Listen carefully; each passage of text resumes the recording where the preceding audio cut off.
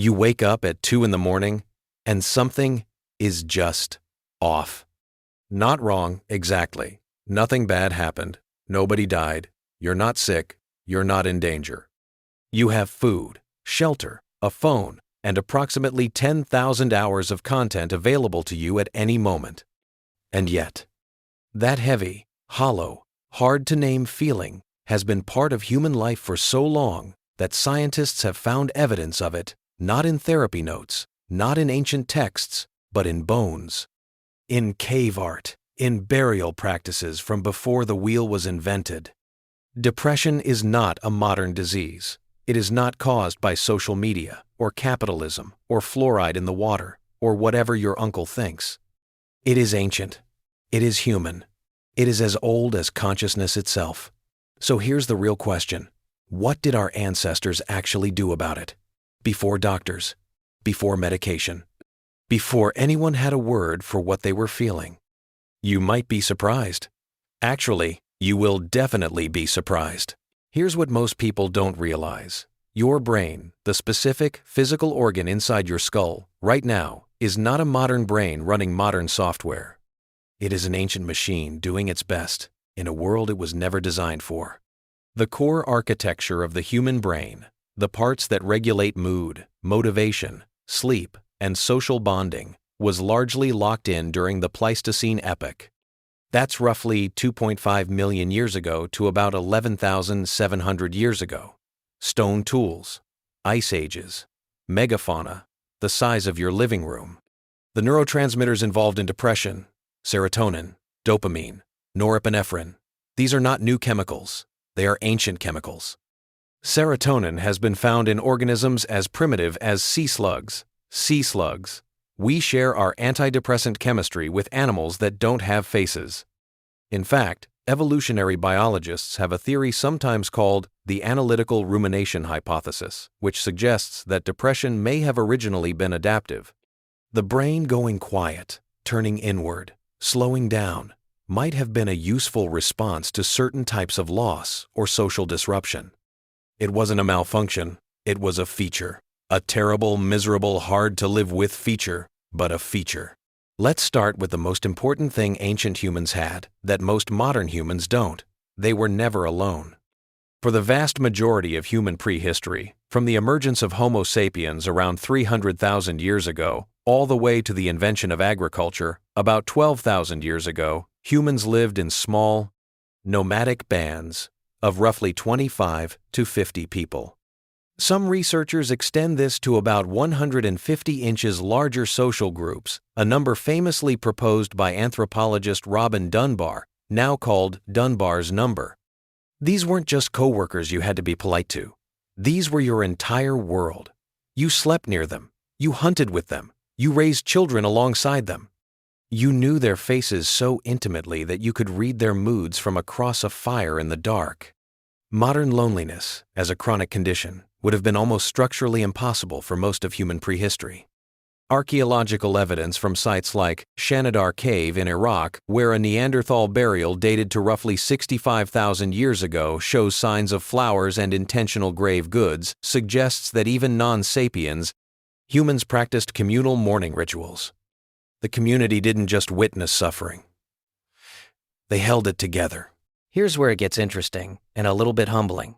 We live in an era where we know, scientifically, that exercise is one of the most effective interventions for depression. Multiple meta-analyses have found that regular physical activity can reduce depressive symptoms at rates comparable to antidepressant medication. In mild to moderate cases, we know this. We have known this for decades. And the average person in the industrialized world still does not do it. Research on modern hunter-gatherer groups suggests that Paleolithic humans likely walked between 6 and 16 kilometers per day. That's not a workout, that's just Tuesday. And here's what that does to your brain. Sustained moderate exercise raises serotonin, increases BDNF, that's brain-derived neurotrophic factor. Basically a fertilizer that helps brain cells grow and connect and decreases cortisol, the stress hormone. Sunlight exposure, which regulates circadian rhythms, and vitamin D production, both heavily implicated in mood regulation, was simply unavoidable. You lived outside. You woke with the sun. Sleep, in traditional societies, follows what researchers call bimodal patterns. A first sleep, a natural waking period in the middle of the night, then a second sleep until dawn. Ancient bodies moved all day, slept in rhythm with the sun, and never once paid for a gym membership. There is a cave in southern France called Pech Merle. Inside, painted approximately 25,000 years ago, there are hand stencils, outlines of human hands pressed against rock, surrounded by pigment blown or painted around them. Some of these hands have bent or missing fingers. More recent analysis suggests some hands appear to have fingers deliberately folded back. Why would someone fold their fingers back before pressing their hand to a wall in a dark cave 25,000 years ago? One leading interpretation: ritual, ceremony, a symbolic act with meaning that was probably shared and understood by everyone present. This matters because meaning, the felt sense that life matters, that there is a purpose to enduring difficulty, is one of the most powerful buffers against depression ever identified. Ancient humans did not lack meaning. They were swimming in it. Every hunt had ritual significance. Every birth and death was embedded in a story about the world. Anthropologists studying modern hunter-gatherer communities note that depression and anxiety appear at notably lower rates than in industrialized populations.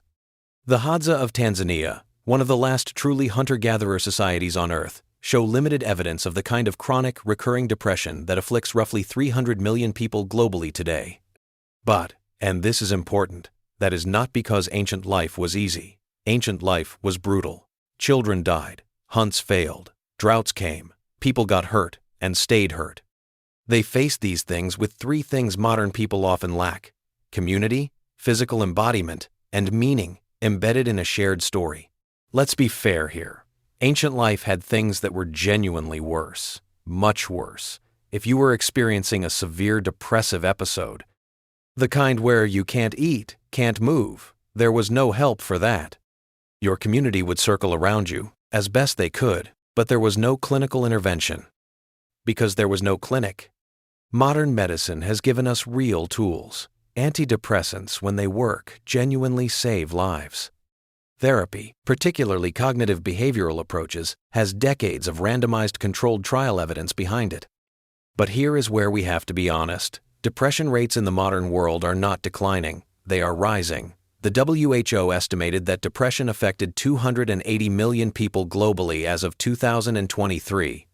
So we have better tools for treating depression, and more depression. That is a sentence worth sitting with. We didn't trade the ancient things for nothing.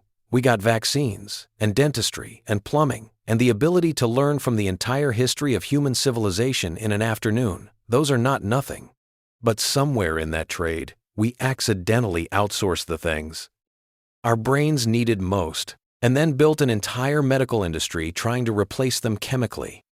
We changed the environment. The brain stayed the same. That mismatch is the story of modern mental health. Here is the thing that genuinely stopped me when I found it.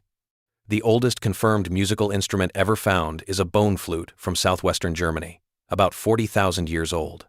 Carved from a vulture's wing bone, 5 holes, precisely placed. Someone, 40,000 years ago, before writing, before farming, before anything we'd recognize as civilization, sat down and made music. Not for survival, not for food, not for shelter, for some other reason entirely. Music is one of the most reliably mood-elevating activities ever studied. It activates the dopamine reward system. It synchronizes brain waves between people who listen together, a phenomenon called neural entrainment. When that ancient human made that flute and played it for the first time, they were not following a mental health protocol. They were not practicing self-care as advised by an algorithm. They were doing something their brain needed. Music, story, ritual, movement, community, sunlight, fire. These aren't primitive substitutes for real medicine. In many cases, they are the medicine. They just predate the prescription pad by about 40,000 years. The next time you feel that heavy, hollow, hard-to-name feeling, know that a human 300,000 years ago felt something very similar. They turned to the person next to them. They moved their body. They sat by a fire and maybe heard someone make music in the dark. They didn't have a diagnosis. They had each other. You woke up at 2 in the morning, and something was just off. You're not the first. You're not even close to the first.